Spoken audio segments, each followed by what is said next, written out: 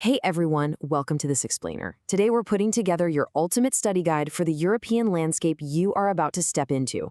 Whether you're a first-year undergrad or you're wrapping up your master's degree, the continent you are about to inherit is changing incredibly fast. So today we're going to break down exactly what that future looks like, giving you the ultimate cheat sheet for the economy, technology, and society of tomorrow.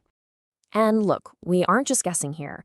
We're pulling cold, hard data straight from the latest Eurostat and Amber reports to separate the common myths from the actual reality of your future. We're looking closely at the foundational numbers on digital skills, shifting populations, and green energy that are going to completely dictate the job market and the society you're about to lead. Here is the syllabus for today's explainer. 1. The AI generation. 2. Minding the digital gap. 3. The great demographic shift. 4. The green energy transition. And finally, 5. Study notes for your future. Let's get right into it. Module 1, the AI generation, and how you students are leading the tech wave. Okay, we all know AI is the biggest buzzword out there right now, but the data actually reveals a massive generational divide. If you're using AI for your coursework, you are definitely not alone. Nearly 64% of your peers between 16 and 24 years old are using generative AI tools. That is basically double the rate of the general population, which is sitting at just about 33%. You're using it for private stuff, and notably, nearly 40% of you are using it for formal education, compared to just 9% of the broader public. You guys are the ultimate early adopters. But here's the catch. Your competitive edge really depends on where your campus is located. Places like Greece and Estonia, they are absolutely crushing it at the top of the class, with youth AI adoption over 82%. On the flip side, students in Romania, Italy, and Poland are hovering down in the mid to high 40s. So geography is literally dictating digital fluency right now. So, the big question you've got to ask yourself as we build this study guide is this. Is all this comfort with AI actually going to give you a leg up when you graduate? You know exactly how to prompt an AI, sure, but does the corporate world actually need that skill yet? Which brings us perfectly to Module 2, Minding the Digital Gap, and the actual workplace you are graduating into. Write this one down because it's a major study note. A whopping 40% of EU citizens currently lack even basic digital skills. 40%. The European Union has this massive target to get 80% of the population to basic digital literacy by 2030, but right now, it's a huge gap. And that brilliantly illustrates why your native comfort with navigating digital spaces isn't just normal to you, it is a premium asset in the real world. Meanwhile, let's look at who's hiring you.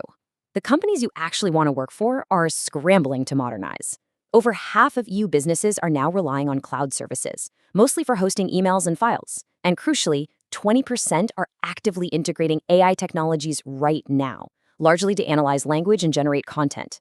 They desperately need people, like you, who just instinctively understand these tools to help them scale up. Now, if you're aiming straight for the tech sector, let's look at the information and communication technology, or ICT, job market. Specialists make up 5% of the EU workforce now. That is over 10 million jobs, with Sweden and Luxembourg leading the charge. But we have to call out the elephant in the room here.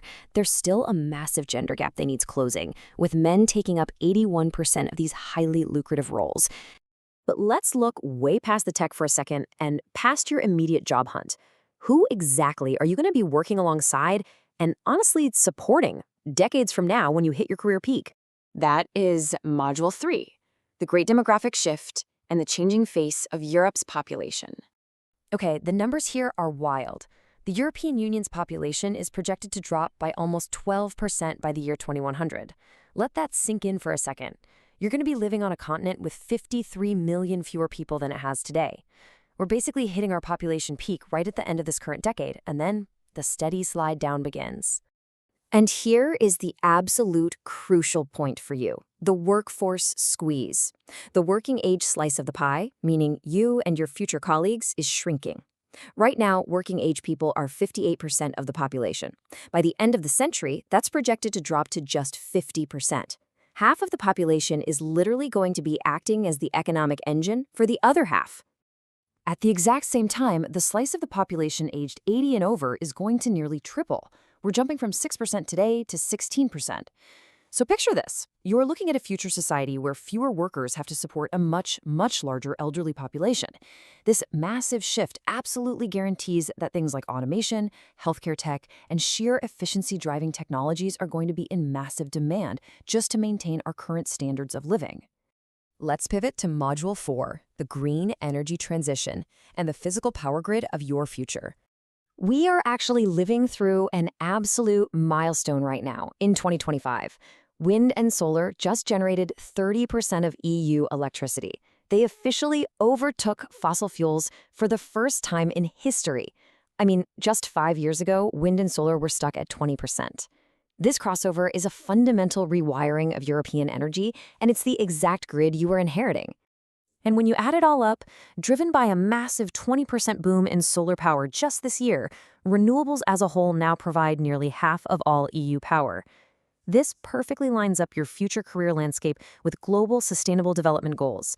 Honestly, whether you go into tech, policy, or business, figuring out a renewable-first energy market is going to be a massive part of your day-to-day professional life. But hey, it's not a perfectly green picture just yet. We still have this incredibly costly addiction to imported fossil gas.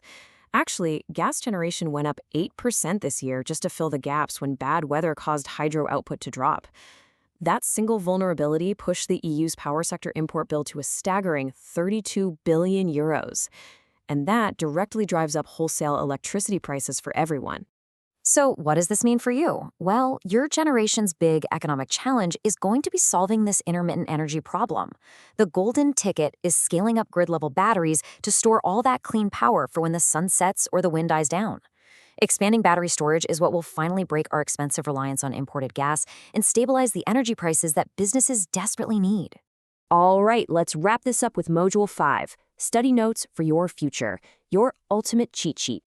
If you only take 4 notes away from today's explainer, make it these.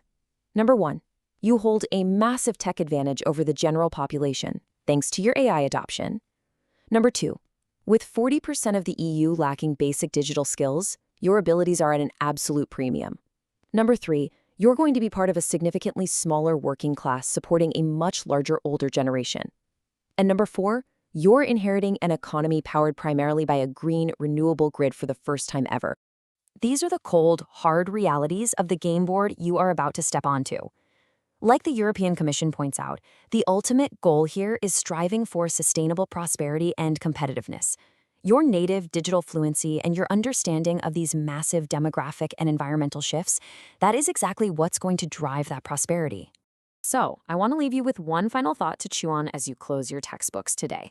Armed with this exact data, how are you going to use your unique position to shape and lead the Europe of tomorrow? The future is quite literally in your hands. Thank you so much for joining me for this explainer, and I'll catch you in the next one.